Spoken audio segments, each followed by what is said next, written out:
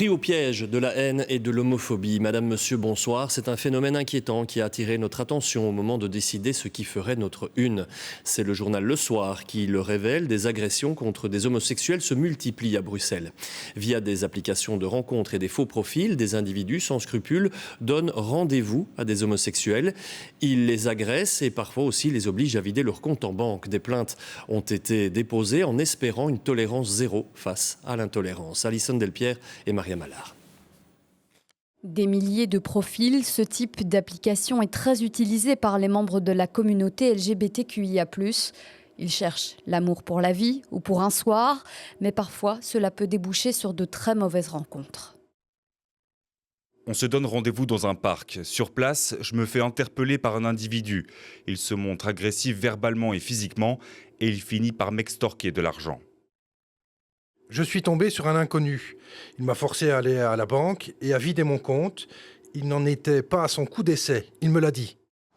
Ces deux hommes ont porté plainte. Le secteur associatif pointe la responsabilité de ces applications où il est difficile de distinguer le vrai du faux. Il y a toute une procédure qui permet d'identifier les personnes quand elles s'inscrivent, de pouvoir les conseiller aussi quand elles ont un date ou un rendez-vous, de se dire voilà, on fait un rendez-vous dans un lieu où il y a du monde, un bar par exemple, d'éviter certaines pratiques. Donc un parc, voilà, ça fait partie justement d'un classique malheureusement. Selon le parquet, au moins 5 plaintes ont été déposées pour ce genre d'agression ces dernières semaines. Les peines peuvent aller jusqu'à l'emprisonnement. Quand des faits vont être motivés par l'hostilité, la haine ou le mépris d'une personne envers une autre, en raison notamment de son orientation sexuelle, c'est un facteur aggravant que le juge va devoir prendre en considération et donc pour être amené à prononcer finalement une peine plus sévère en raison de ce mobile discriminatoire.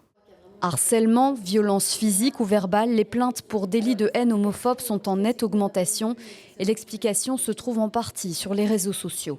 Alors il y a effectivement une libération de la parole sur les réseaux sociaux avec la possibilité pour les réseaux sociaux de s'étendre et la diffusion qui est répétée, relayée, etc. On peut tout dire et parfois en disant les choses, on arrive aussi à amener à des actes qui sont des actes de haine réels. Par honte ou par peur, peu de victimes finissent par déposer plainte. Seuls 14% des actes homophobes seraient signalés à la police.